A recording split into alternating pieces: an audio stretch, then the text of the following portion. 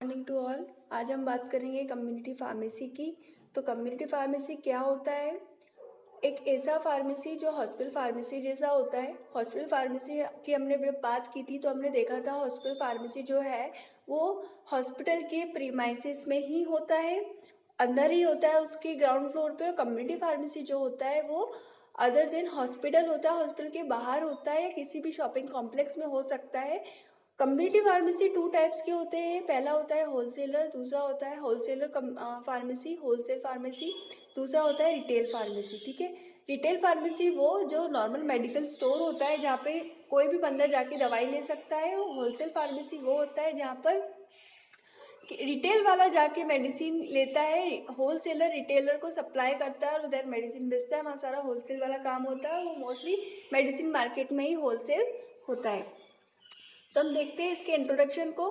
Community pharmacy includes compounding, counselling and dispensing of drugs to patient with care, accuracy and legality along with the proper procurement, storage, dispensing and documentation of medicine।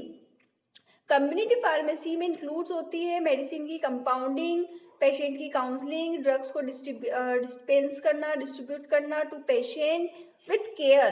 केयरली हम patient को drug dispense करेंगे, उसकी accuracy का ध्यान रखते हुए सारे legal formalities को कंप्लीट करेंगे, प्रॉपर प्रोक्यूरमेंट होगा, ड्रग का स्टोरेज अच्छा होगा, डिस्पेंसिंग सही होगी और उसका डॉक्यूमेंटेशन किया जाएगा। The community pharmacist must be qualified and with sound education, skills and competence to deliver the professional services to the community। Community pharmacy जो होगा वो बहुत ही अच्छा क्वालिफाइड होगा, बी फॉर्म होगा या डी फॉर्म होगा। सारे पेशेंट्स को वो अच्छे से एजुकेट करेगा, उसकी स्किल्स जो होगी वो प्रोफेशनल होगी, जिससे वो सारी सर्विसेज जो फार्मेसी सर्विसेज है वो कम्युनिटी को अच्छी तरह से दे पाए।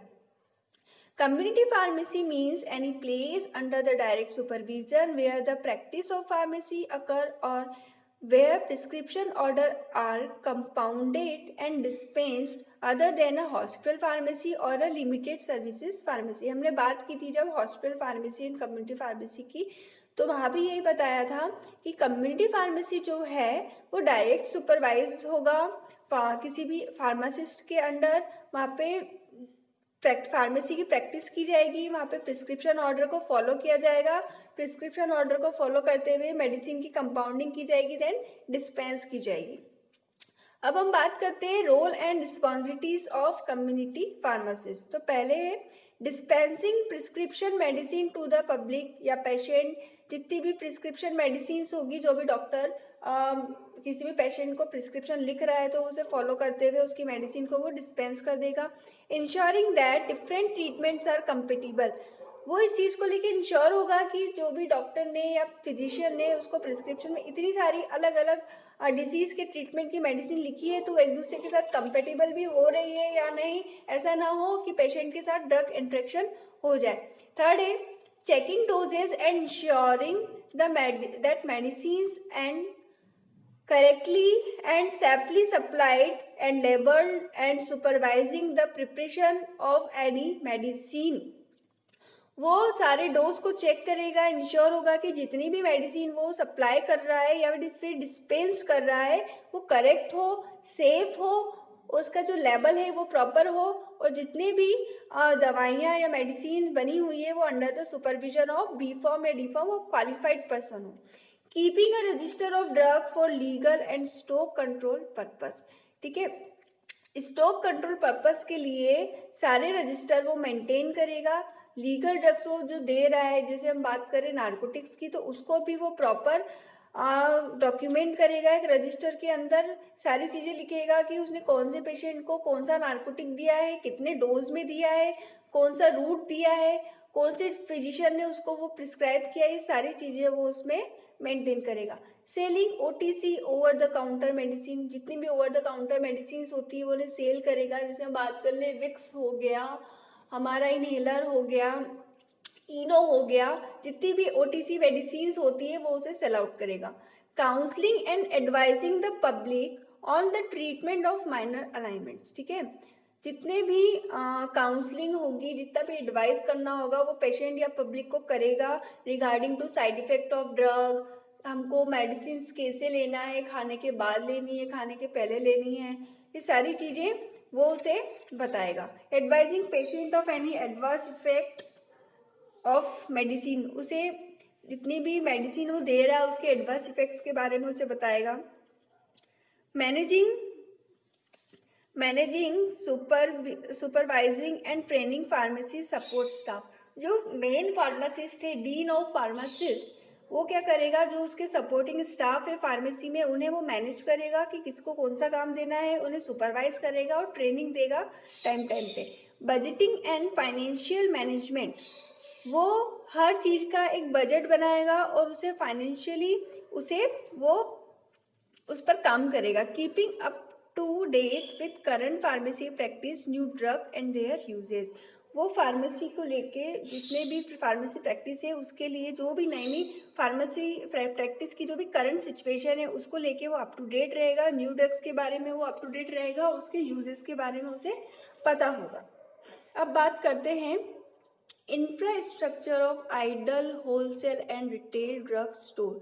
तो हमारा जो wholesale and retail drug store है वो कैसा होना चाहिए, उसका इंफ्रास्ट्रक्चर कैसा होना चाहिए, तो हम पहले उसके ऑब्जेक्टिव्स की बात करेंगे। तो पहला है attract large number of customers and increase the sale of the store. तो हमको क्या करना है, इंफ्रास्ट्रक्चर ऐसा बनाना है, अट्रैक्टिव बनाना है जिससे लार्ज नंबर ऑफ कस्टमर उसको लेके अट्रैक्ट हो, जिससे हमारे स्टोर की सेल ज़्यादा हो जाए, इंक्रीज हो जाए। Flexibility in arrangement and convenience in physical counting of material, ठीक है, अरेंजमेंट इतना फ्लेक्सिबल होना चाहिए, इतना कन्वीनियंट होना चाहिए कि जो भी काउंटिंग हो रही है मटेरियल की वो अच्छे से हो। Have adequate space for reserve stock office and resting space, ठीक है, अच्छा एडिक्वेट स्पेस होना चाहिए, ज़्यादा होना चाहिए, जिसमें जो भी स्टॉक हो वो उसके लिए रिजर्व हो जगह, जितना भी मटेरियल स्टॉक करना है, ऑफिस के लिए अच्छी खासी जगह होना चाहिए, रेस्टिंग स्पेस या वेटिंग स्पेस भी वहाँ पर होना चाहिए। Efficient protection against deterioration and pilferage of material, जो भी दवाइयों का डिटोरिएशन हो जाता है, दवाइयाँ ख़राब हो जाती है, तो उसके प्रोटेक्शन के लिए भी हमें ध्यान देना चाहिए। Better stock control but minimum routine work like record maintenance etcetera, stock control तो बेटर होना ही चाहिए, पर साथ के साथ जो भी रूटीन वर्क होता है जैसे रिकॉर्ड को मेंटेन करना, हर दवाई का रिकॉर्ड मेंटेन करना, वो भी हमारे रूटीन वर्क में शामिल होना चाहिए। Efficient use of floor space and height and safety from hazards insurance etcetera, जो हमारी बिल्डिंग है, जो हमारा स्पेस है, जो हमारी शॉप है, स्टोर है, वहाँ का जो फ्लोर स्पेस और उसकी हाइट होना चाहिए वो बहुत ही अरेंज होना चाहिए, प्रॉपर होना चाहिए, जो सेफ भी, जो हजार्ड्स होते हैं उससे सेफ होना चाहिए, और हमारे स्टोर का इंश्योरेंस भी होना चाहिए। Proper illumination and ventilation and sales and beam should not be very deep, proper illumination और वेंटिलेशन वहाँ पे होना चाहिए, सेल्स नॉर्मल होना चाहिए, ऐसा ना हो ज़्यादा बड़ी है छोटी है, और जितने भी बीन्स वहाँ रखे लाइक डस्टबिन वो बहुत ज़्यादा डीप नहीं होना चाहिए, चाहे वो मटेरियल रखने के लिए क्यों ना हो। To minimize the movement of the customers in the premises of pharmacy, जो हमारा फार्मेसी का प्रीमाइसेस है, जो हमारा स्टोर है, वहाँ पे कस्टमर का मूवमेंट बहुत ही कम होना चाहिए, ऐसा ना हो कि जो कस्टमर या पेशेंट है वो वहाँ पे हमारे स्टोर में घूम ही रहा है और हमें पता ही नहीं है। Minimum handling and transportation of material, जो मटेरियल है, ड्रग मटेरियल है, उसका हैंडलिंग और उसका ट्रांसपोर्टेशन बहुत ही मिनिमम होना चाहिए, एक ही बार में उसका सारा काम होना चाहिए, यदि आपने उसे हैंडल किया है तो उसको ट्रांसपोर्ट भी उसी टाइम पे हमको कर देना चाहिए। अब हम ये बात कर रहे हैं layout design of retail and wholesale drug store. तो ये लेआउट है रिटेल ड्रग स्टोर का, होलसेल स्टोर का डिज़ाइन है। तो दोनों की जो चौड़ाई है वो 10 स्क्वायर फीट होती है, हो सकती है उससे ज़्यादा भी हो सकती है, पर मिनिमम तो इतनी होना ही चाहिए। देन इसकी जो लंबाई है रिटेल की हम बात करें तो मिनिमम 15 तो होना ही चाहिए, 15 स्क्वायर फीट, और होलसेल की 20 स्क्वायर फीट तो होना ही होना चाहिए, इससे ज़्यादा भी हो सकती है। देन इनमें रैक्स की जगह होना चाहिए, टेबल चेयर्स होना चाहिए, फ्रीज़र होना चाहिए, वेटिंग एरिया होना चाहिए, डिस्प्ले विंडो होना चाहिए, वहाँ पे एक एंट्रेंस गेट होना चाहिए। ये सारी चीज़ें जो है होनी चाहिए, बट होलसेल और रिटेल में अलग अलग जगह पे अलग अलग चीज़ें हो सकती है, डिपेंड करता है कि वो किस तरीके से डिज़ाइन किया हुआ है। अब बात करते हैं हम ड्रग डिस्ट्रीब्यूशन मॉडल की। सप्लायर से लेके पेशेंट तक ड्रग कैसे डिस्ट्रीब्यूट होगी, उसकी एक चेन होती है, वो हम देखते हैं। सप्लायर्स होते हैं जो रॉ मटेरियल्स को सप्लाई करते हैं, वो रॉ मटेरियल मैन्युफैक्चरर को सप्लाई करेंगे या डिस्ट्रीब्यूट करेंगे।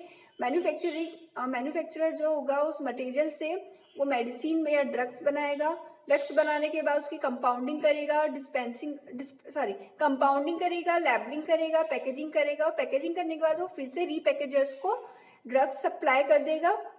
रीपैकेजर के साथ में वो होलसेलर डिस्ट्रीब्यूटर जो होंगे प्राइमरी लेवल के, उन्हें भी वो साथ में सप्लाई कर सकता है। फिर रीपैकेजर जो होंगे वो फिर से होलसेलर डिस्ट्रीब्यूटर जो प्राइमरी है उसे भी वो सप्लाई करेगा, जो होलसेलर डिस्ट्रीब्यूटर सेकेंडरी है वो उसे भी सप्लाई करेगा। ये दोनों मिलके फार्मेसी और हॉस्पिटल, मतलब हॉस्पिटल फार्मेसी या कम्युनिटी फार्मेसी, दोनों को ये मेडिसिन या ड्रग सप्लाई करेंगे या डिस्ट्रीब्यूट करेंगे, और यहाँ से मेडिसिन पेशेंट को डिस्ट्रीब्यूट हो जाएगी। तो this is all about your community pharmacy, role and responsibilities of community pharmacist, infrastructure of ideal wholesale and retail drug store, layout design of retail and wholesale drug store, drug distribution model. Thank you.